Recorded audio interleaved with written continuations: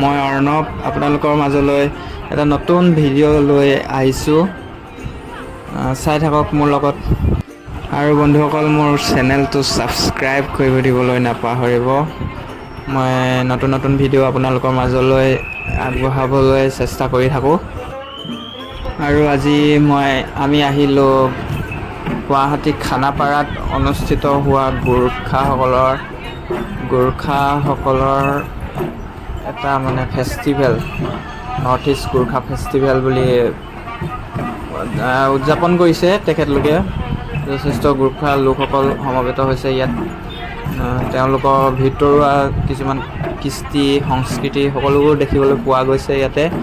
তেওঁলোকৰ খাদ্যাভ্যাস, তেওঁলোকৰ থকাৰ চাল চলন, তেওঁলোকৰ শিল্প, বাদ্যযন্ত্ৰ, যেনেকৈ আমাৰ বিহু আছে তেনেকৈ তেওঁলোকৰো আছে। নিজৰ নিজৰ ট্ৰেডিশ্যনেল ডান্স আছে। নিজৰ মাজত তেখেতলোকৰ মাজতো আমাৰ যেনেকৈ জনজাতি আছে, তেনেকৈ ধৰণে তেখেতলোকৰ মাজতো সৰু সৰু জনজাতিৰ নিচিনাকৈ আছে, ভাগ ভাগকৈ। তেখেতলোকৰ নিজৰ কলা কৃষ্টি মানে দাঙি ধৰিছে এই অনুষ্ঠানৰ জৰিয়তে। ইয়াতে দেখিবলৈ আমি পাইছোঁ বিভিন্ন ধৰণৰ সাজপাৰ পিন্ধি বিভিন্ন ধৰণে নিজৰ কৃষ্টি মানে দেখাবলৈ, দাঙি ধৰিবলৈ আগবাঢ়িছে। আৰু তেখেতলোকৰ মানে সংস্কৃতিত মানে যিবোৰ পৰিধান কৰে ড্ৰেছ পাতি, সকলোবোৰে মেলাত ওলাইছে। বিপণী আছে, সেই বিপণীসমূহত আমি যথেষ্টখিনি মানে প্ৰায়বোৰেই দেখা গৈছে। কিনো বুলিলে মানে কিনিব পাৰে। তেওঁলোকৰ ইষ্ট দেৱতাক ইয়াত প্ৰদৰ্শন কৰিছে। সকলোবোৰে তেওঁলোকৰ পেঁপা, বহুত দীঘল এটা পেঁপা দেখিবলৈ পাইছোঁ।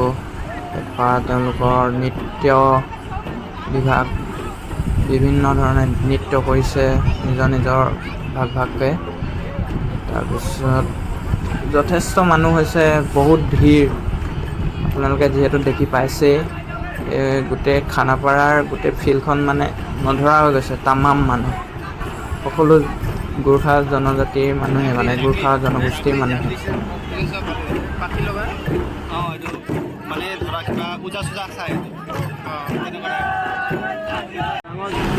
আপোনালোকে দেখিবলৈ পাইছে এয়া গোৰ্খাসকলৰ সাজপাৰ, কিছুমান বিপণী সাজপাৰৰ মানে প্ৰদৰ্শনীমূলক আৰু বিক্ৰীও হৈছে ইয়াত।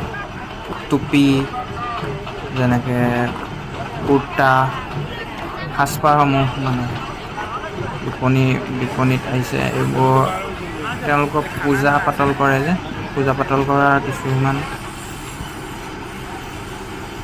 মানে পুৰণা দিনৰ কিছুমান সাজপাৰ এইটো প্ৰদৰ্শনী হিচাপেহে দেখুওৱা হৈছে ইয়াত।